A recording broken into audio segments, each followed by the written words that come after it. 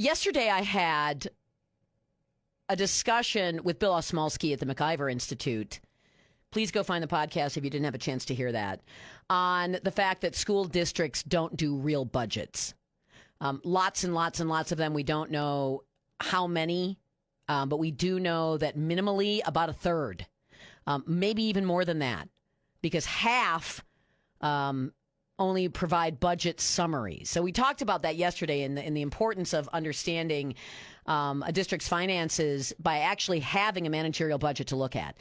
At the same time this is happening, you have referenda around the state, big spending packages that schools are demanding based on budget summaries, not actual budget documents. Madison has, I think, the largest one. It's $600 million. $600 million. So you understand what that means. The property tax bill of a home assessed at $350,000, which is below the median home price in Madison, by the way, will go up $241 in the first year, $733 in the second year, $895 in the third year, and $1,000 in the fourth year. For a $600 million referendum. We used to get $600 million proposals for statewide spending increases, and those would have been considered record spending increases only a few years ago when Scott Walker was governor.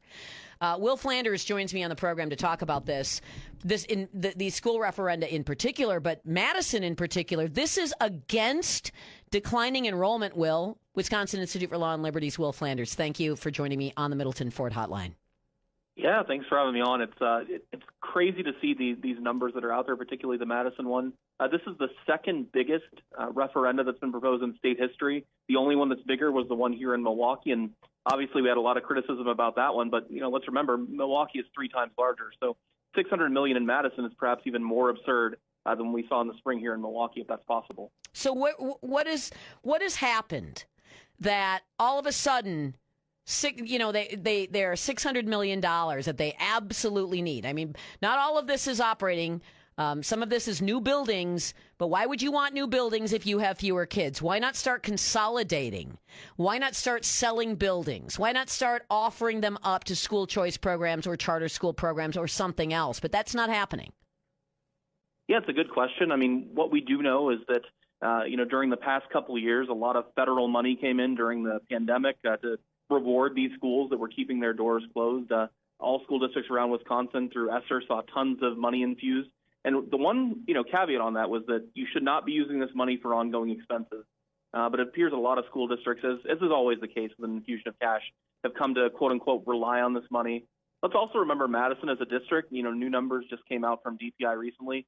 We're now spending between state, local, and federal over $20,000 per kid already in Madison, $20,000 per student.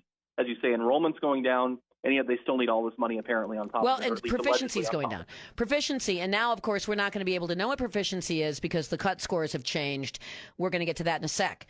$20,000. You can go to a high-performing private school for $20,000. $20,000 is more per year than University of Wisconsin schools for college. $20,000 for sub 40% proficiency overall. And when you look at the at-risk populations, we're talking closer to 10, 11, 12% proficiency.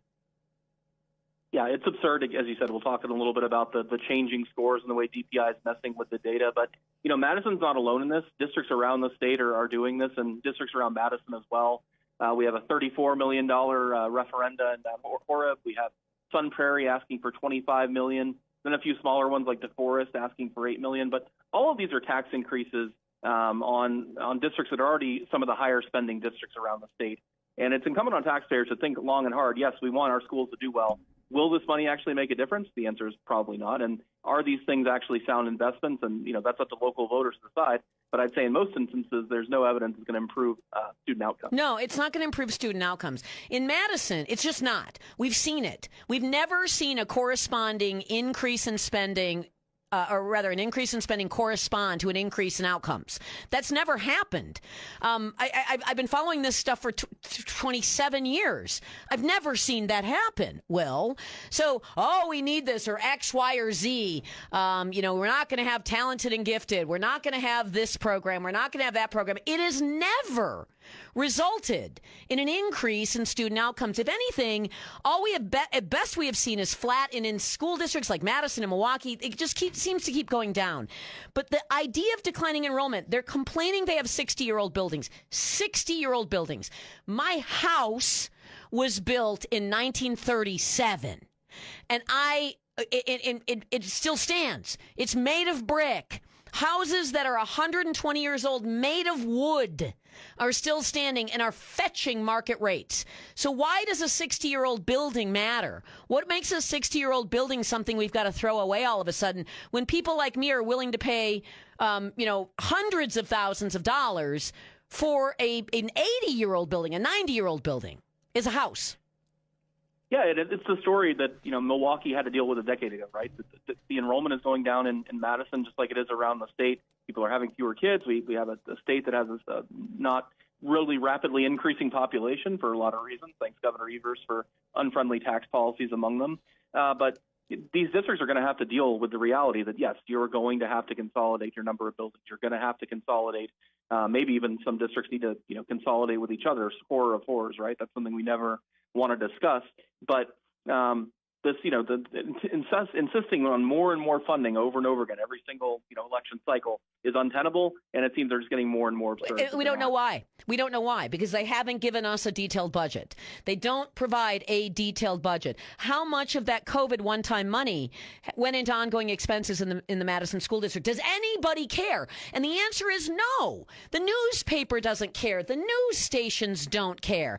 And I bet you this passes. It's crazy because the voters, the left-wing voters in Madison, are nothing more than Pavlovian dogs that respond when the bell rings. They drool and they go and they do what they're supposed to do according to what their masters order them to do. But this is nuts. And now you're baking in, if you do this in Madison, so the operating expense referendum portion is $100 million for operating revenue. That blows my mind, Will. I remember, there's been referenda in the past in Madison. They lost the money. There was a $53 million maintenance referendum about 15 years ago, and they just lost the money. And so this is what they do, and people just go, okay, we'll vote for it. You don't need new buildings. 60-year-old buildings are young. They're not old. If you want to improve mechanicals in them, okay, you set aside a maintenance budget for that. $100 million operating expense referendum, for crying out loud. Didn't you bank any savings during COVID? Answer, no. And it makes me mad. Yeah, of course not. There's no planning for the future, right? This is this money we're getting now. It's Christmas, right? We're going to spend it all at once, and then we are going to sort of absorb it into what we expect to go forward, because they know they can just use the narrative. We need this money to go on now. Even though they weren't supposed to use this for ongoing expenses, of course they did, and of course they now say that this is the excuse for needing even more funding. I will offer, a small glimmer of hope, though. Madison is probably at the other end of the spectrum on this. We did see in the latest Marquette poll that more voters say we should prioritize property tax cuts than more spending on schools now, which is something we haven't seen in the past. And even if you look at the example of Milwaukee, a very liberal city, what you saw is that areas of the city where folks were low income and had more kids, they actually voted against the referendum because they know what they're getting isn't worth the cost. And some of those were pretty liberal areas. It was the sort of elitist folks on the east side of Milwaukee that voted for the referendum. So I think there is a growing momentum to oppose these things. Whether it can crest in the most liberal city in the state, probably not.